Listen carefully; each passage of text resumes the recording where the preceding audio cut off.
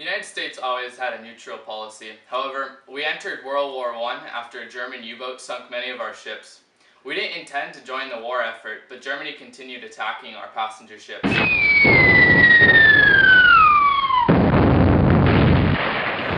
When I heard our boats were sunk by the Germans, I enlisted that day. I wanted to fight. This influenced us to give up our neutrality because of their violation of international law and human rights. The last straw was when Germany tried to turn Mexico against us. Yeah, so apparently the German foreign minister offered Mexico land in the U.S. in exchange for fighting with the Central Powers in the war effort. I'd say that this war has dramatically increased our military reputation as a world power. We have definitely asserted ourselves along with everybody else. Until around 1917, most of the public wanted us to stay out of the war, but I'd say opinions changed once the Lusitania was sunk. People in the United States are very supportive of President Wilson. I'd say that the public supported my personal opinion that the United States is obligated to help protect the world's democracy. There wasn't really any chance of the U.S. joining the Central Powers in the war because most of the other countries wanted the U.S. to remain neutral. It was obvious that we support Britain because a lot of our friends had family and friends back there. Well, now that the United States is at war, it's a lot different here. There's a lot less boys running around. In fact, my husband and 2 sons have both been recruited for war due to the Selective Service Act, which drafted about, I think, 2.8 million people. They were sent to France a few months ago, and I've heard nothing since. Oh man, it was getting bad out there. I looked to my left and I was seeing people die. Looked to my right to see my fellow soldiers fall. There's definitely been a limitation on the food items that can be bought because of rationing. The Food Administration has been pushing Americans to economize their food budgets and to start growing gardens to save money. Many of my closest friends died. There have been speeches scheduled on a weekly basis about the war and posters everywhere. There are billboards, newspaper articles, and advertisements everywhere about the war effort. I feel like I can't even go into town without feeling like I'm in the middle of a war recruit. Oh, another thing that's changed? There are also children running around everywhere supporting the war, and it's driving nationalism. I think it's good that everyone is so supportive of the war effort, but it also makes me sad that there have been so many losses. Look around and just see bodies everywhere. Our death count was rising gradually, and many of my soldiers did not know what we were really fighting for anyways. But the trenches were the worst.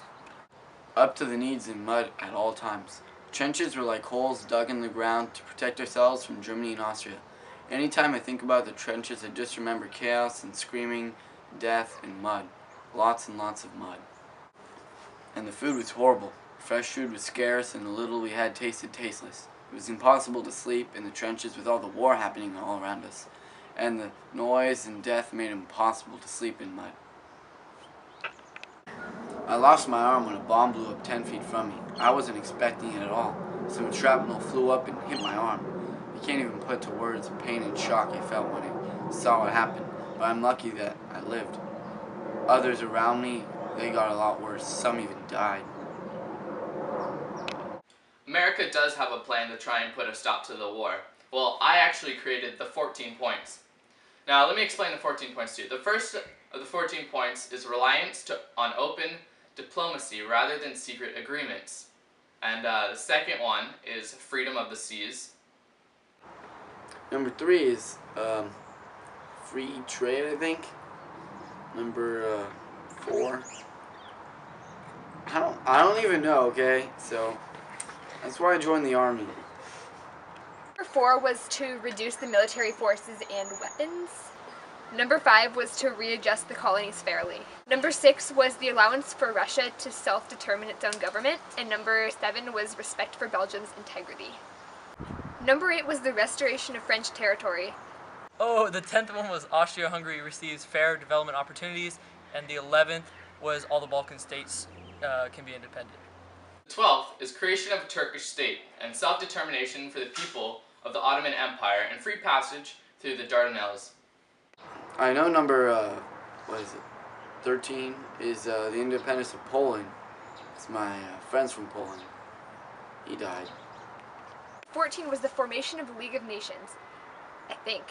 It guaranteed independence for all countries, large and small, but I'm not really sure. Oh yeah, I forgot to tell you about how I lost my other arm. That one I ate, actually, because the food was so bad. That wasn't a very fun experience.